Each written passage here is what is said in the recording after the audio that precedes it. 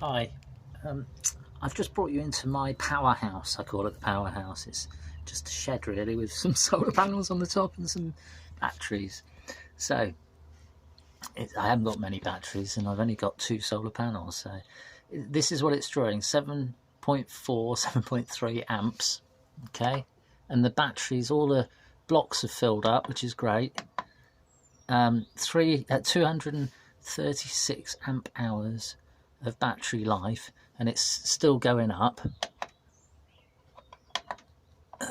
And then it's at 12.9 volts. It's 15 degrees C, and there's 7.3 amps going in.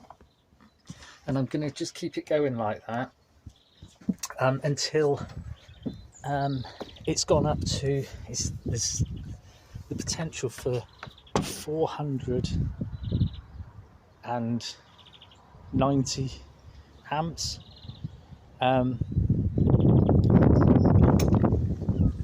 So I want to kind of get the batteries to go up a bit before I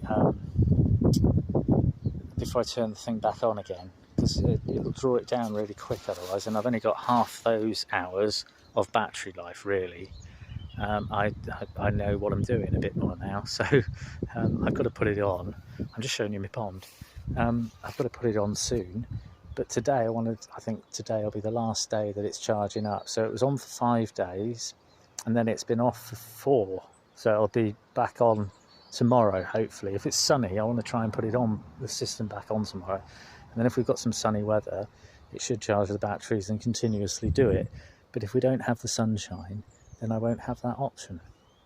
My pond looks really nice. I know it looks shit because it's got that, you can see the line around the edge, but it's just to collect the water off that shit shed. And I call that, I don't mean to be rude about it, I mean it's still there and it's not fallen down, although it does move in the wind. And the gutters, I call it Steptoe's yard a bit, because it's just, everything's just sort of fitted into place. So there you go.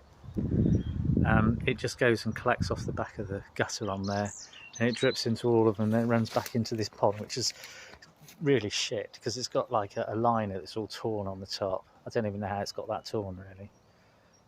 But it still holds water, so it's just my nature pond. I did put some little tiny fish in last year, but I think something ate them. So yeah, it's just got, well, you can see what it's just got. It's got a load of water lily, which has grown and floated. It was obviously stuck to the bottom somewhere, and it's grown up and floated, or something's been in and had a swim around. It's quite often really murky and muddy in the mornings. It's like as if the seagulls get here at 5 in the morning and have a big bath. I don't know if that's true or not, because I'm not here at 5 at the minute. I might do as the summer goes on. But I thought I'd just show you my pond. I put loads of bits in. Those ones with the long leaves I got from somewhere else, and they're quite pretty. I think it has a yellow flower on. And the water lilies are growing. You can see that there. And there's that variegated grass. And this, it's a funny noise there. There's this thing here. This is the one that has yellow flowers on. There's, in the other pond, there's a bit of marsh marigold. And then the grassy looking things in the middle there, they're yellow flag iris. And then this thing here is, I can't remember what it's called, is the same as this thing here. Oh, God, it has a pink flower. No, it doesn't. It has a kind of reddish flower. And they've got it next door. And I didn't plant it here, it just seeded across, so that was nice. There's a load of there's a load of chamomile here. These are marguerites, and there's a bit of that, which is a hebe, that I've just plonked in. I get out the van and I've got things in my pockets quite often, and I just jam them in the ground and they grow. So there's loads of stuff in here. There's that little grape hyacinth all on its lonesome, and all these little yellow flowers. They're all celandine, because as I've said before, they're one of my favourite spring flowers. They open early and they feed the bees with lots of nectar and all the insects. There's a fern there somewhere that I've just plonked on the top probably. This one here, I really like these. These are teasel plants.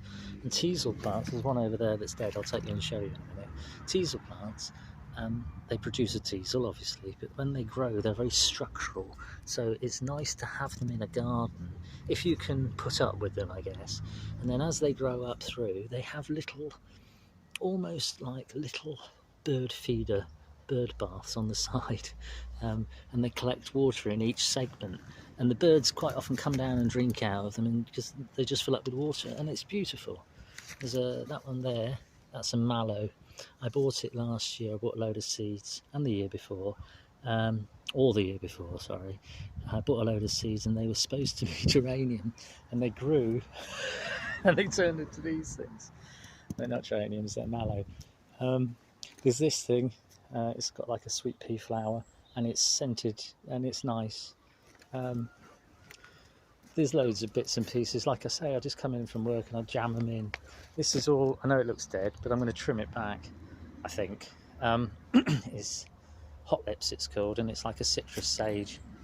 I've shoved that yucca in. When I pulled one of these out, this is the Echium root, and where I've pulled it out there was a hole, so I jammed a yucca in it. Don't want to waste anything.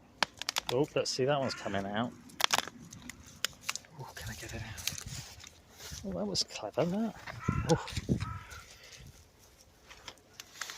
Okay. That's an Echium root. I've just pulled it out of that hole. I'm going to chuck it over here. It's no wonder it looks like Steptoe's yard. Just throw it over there like that. And then I'm going to get another yucca, because I've got one over here. So I'll take you for a wander. That's forget-me-nots. There are some hyacinths there, some sticky nettles, which are, just not nice, but they're there. I've got two. Now, I know this isn't the right way of doing it. There's a right way and a wrong way. Well, there's a right way, and then there's Ian's way. And Ian's way is this way. So I'm going to stand on it because I've got one hand free, not two. And I'm just going to peel the bottom of the plant off like that. This is, as I said, it's my way of propagating, I suppose you'd call it. There's a few dead leaves under there. But if you get a few like that, I'll take it. It's got a nice clean bottom on it, clean bottom. And then we jam it in that hole.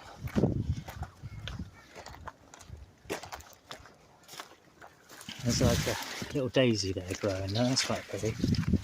Now, I didn't know whether I wanted yuccas here or not, really.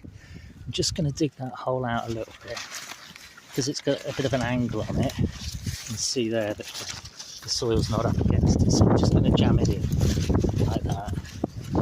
And you'll think, God, that's terrible. Is that your skills at planting plants?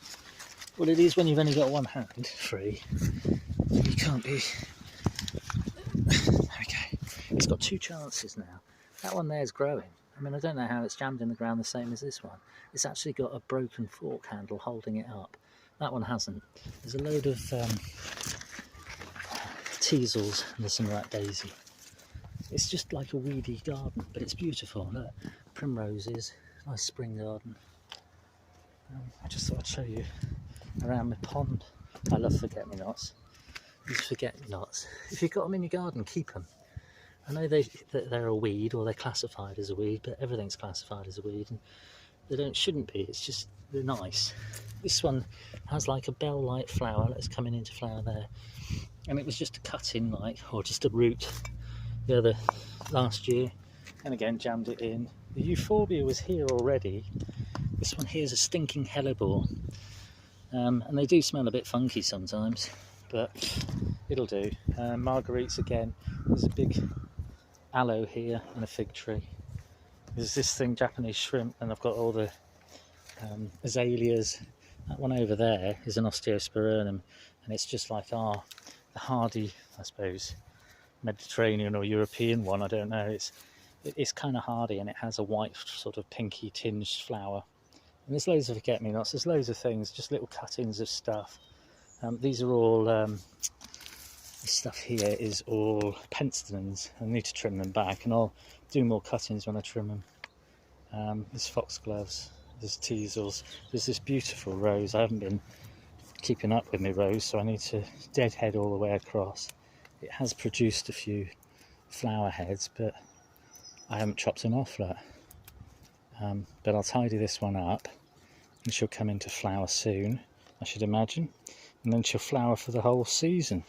And I found last year, if you don't weed around her, the flower comes out with a pink tinge to the edge of the flower, and if you do trim around her, then the flower comes out white, and it's ever so slightly scented, but it's nice. It's a nice scent. There's an azalea underneath. There's loads of weeds. Those ones over there, that's a big iris, and it's a scented iris. Oh, gorgeous! Smells like bubblegum. And again, there's another azalea underneath that enormous, well, that small buddleia bush. I've kept it in because I quite like buddleias. Anyway, that's my pond, and that's my little pond update and solar update. I hope you're all well and everyone's looking after themselves. Nice one. Cheers.